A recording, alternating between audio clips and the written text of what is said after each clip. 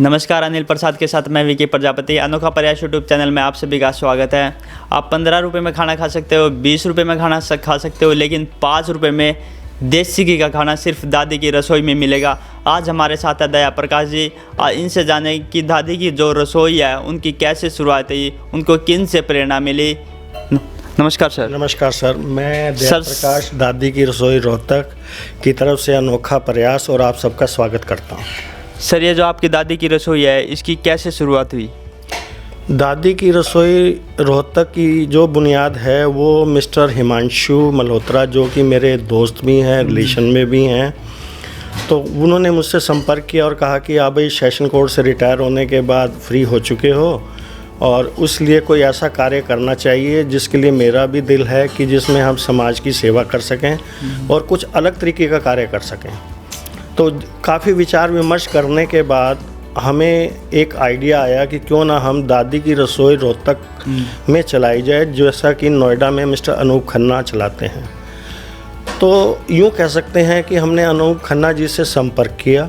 संपर्क करने के बाद उनसे इजाज़त मांगी, जिन्होंने इजाज़त देते हुए ये कहा कि अगर आपने रोहतक में ये कार्य को करना है तो सिर्फ इतनी मेरी शर्त है कि इसको अगर आप लगातार कर सको तब तो इसको शुरू करना हो, वरना मत करो, क्योंकि ये बच्चों का खेल नहीं है, क्योंकि कोई ना कोई आप पे डिपेंड हो जाता है और इस कार्य को अगर चालू रख सकते हो तो करो। तो हमने उनसे इजाज़त लेने के बाद रोहतक में हिमांशु जी और मैंने इसको शुरू किया, जो शुरू में ये सिर्फ 20 सदस्यों से चालू हुई। ये 20 लोगों के लिए चालू हुई, जिसमें हम 2 लोगों का शुरुआत थी। बाद में हम इसमें 5 बंदे हो गए और हमने इसको बढ़ाकर 200 और 300 के बीच में लोगों को खाना वितरित करना शुरू कर दिया। सर, ये रोहतक शहर में कितने सालों से चल रही है और इसकी किस डेट को शुरुआत हुई थी?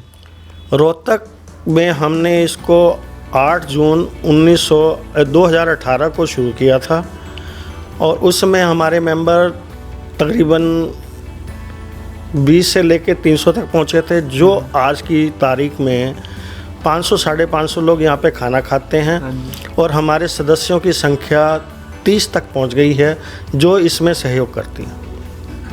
तो सर, आपने जो देसी घी का खाना दे रहे हो इसकी आपने 5 रुपये कीमत ही क्यों रखी?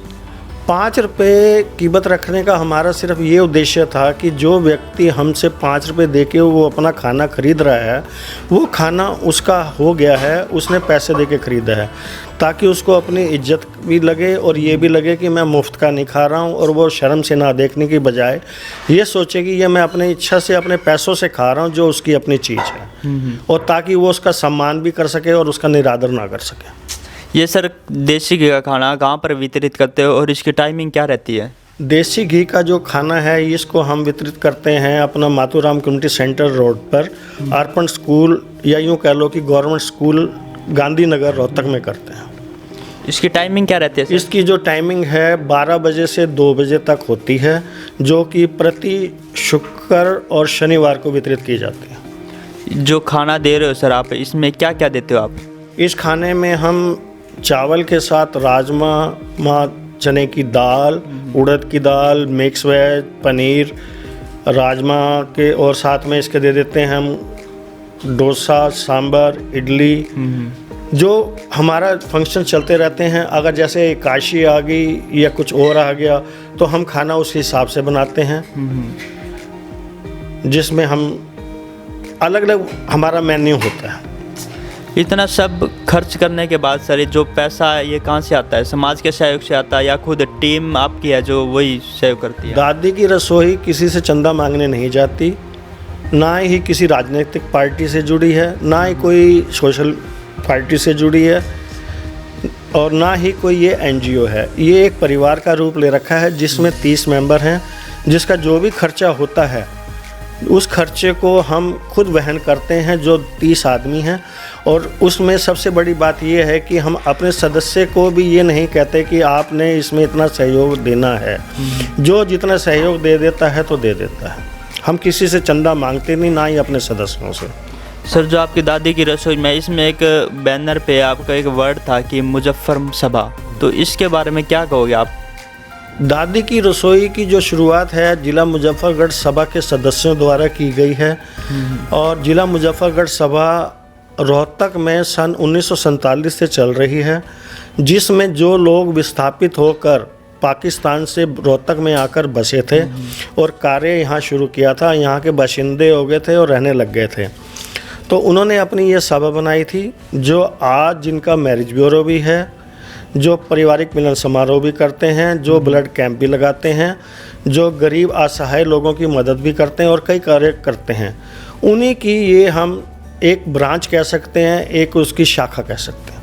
मतलब दादी की रसोई के साथ साथ वो बहुत से कैंप भी लगाते हैं। हाँ जी, दादी की रसोई के साथ साथ वो ब्लड कैंप भी लगाते हैं और दूसरी जगह पे सहयोग देने के लिए भी कैंप लगाते हैं। और जिस तरीके अब कोविड की वजह से लॉकडाउन हो गया, तो वो खाना पहुंचाने का जो काम है वो भी हमारे सदस्य करते रहे हैं। हाल फिलहाल सर दादी की रसोई में कितने मेंबर हैं?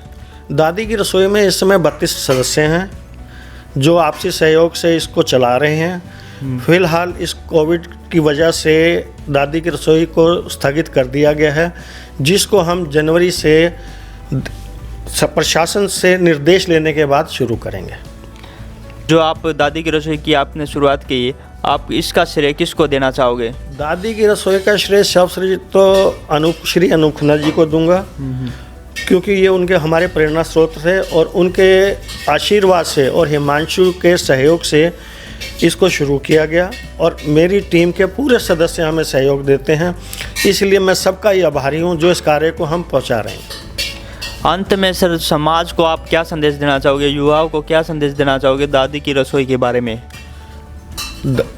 इसके बारे में तो सिर्फ मैं इतना कहूँगा कि जो भी इसमें करना चाहता है वो लोग आगे आएँ, वो अपने शहर में, अपने गांव में, जहाँ जहाँ वो रहते हैं एक दादी की रसोई खोलें, ताकि हर एक व्यक्ति को 5 रुपए में वो खाना उपलब्ध करा सकें। और युवाओं से तो ये कहूँगा कि जो वो बाज़ार का खाना खाते हैं, अगर वो कहीं दादी की रसोई चलती है तो वहाँ 5 रुपए में खाना खाएं, जो एक हाइजीन है, अच्छा है, देसी घी का बना है, ताज़ा है, स्वादिष्ट है। और अपने माँ बाप का कहना मानें और सहयोग दें, उनके साथ दें, समाज के साथ दें। और इस कार्य को वो ही करें जिनके पास समय है और सहयोग कर सकें। तो अगर कोई व्यक्ति सर जुड़ना चाहे दादी की रसोई, तो किस प्रकार जुड़ सकता है? दादी की रसोई में जुड़ने के लिए कोई किसी को मुश्किल नहीं है, ना कोई को फॉर्म भरना है।